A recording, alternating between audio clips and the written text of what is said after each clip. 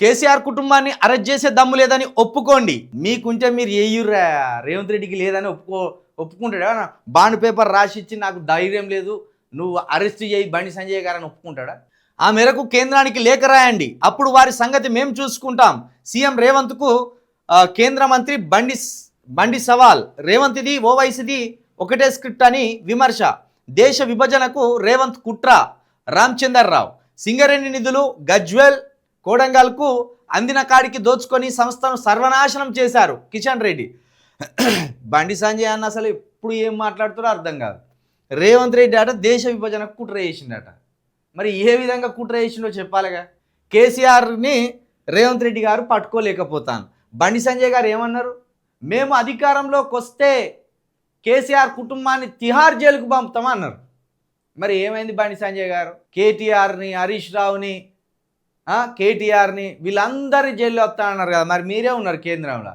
ఇప్పుడు ఈ రేవంత్ రెడ్డి గారు వచ్చి బండి సంజయ్ గారికి 100 రూపాయల బాండ్ పేపర్ మీద ఇక కేసీఆర్ను, కేటీఆర్ని, హరీష్ రావును ముగ్గురిని జైల్లో వేయి, నా వల్ల అయితే లేదని అఫిడవిట్ చేసి చేతిలో పెడితే గప్పుడు తీసుకుపోయి జైలు ఎత్తారట.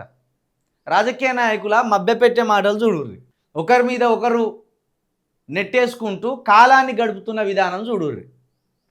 అసలు గత ప్రభుత్వంలో భయంకరమైన అవినీతి, భయంకరమైన అక్రమాలు జరిగినాయని బండి సంజయ్ గారు అన్నారు, రేవంత్ రెడ్డి గారు అన్నారు. ఇప్పుడు ఏమంటారు? నీకు శాతం కాకపోతే నాకు చెప్పు, నాకు శాతం కాకపోతే నీకు చెప్తా, నువ్వు నాకు రాసి అంటాను. ఎవడన్నా రాసిస్తాడా అట్లా? పోయి ముఖ్యమంత్రి రాసిస్తాడా అట్లా? ఏదో నడిపియాలి బండి, ప్రజలను మభ్యపెట్టాలి, అబద్ధాలు చెప్పాలి, వీటితోటి ఒకరంటే ఒకరు. ఇక నేను మునగాన్ని అంటే నేను మునగాన్ని, నువ్వు విడిచిపెట్టు నేను పట్టుకుంటా, నేనుంటే పోయినిద్దు నా సీతను అన్నట్టున్నది వీళ్ళేది. నువ్వు బాండ్ పేపర్ రాసిత్తలేవు కాబట్టి నేను కేటీఆర్ని ఏమంటలేను. ఒకవేళ నువ్వు బాండ్ పేపర్ రాసి చేతిలో పెడితే తెల్లారి వరకు వాళ్ళు జైల్లో ఉంటారు అని బీరాలు పోతా అన్నాడు. బీరాలు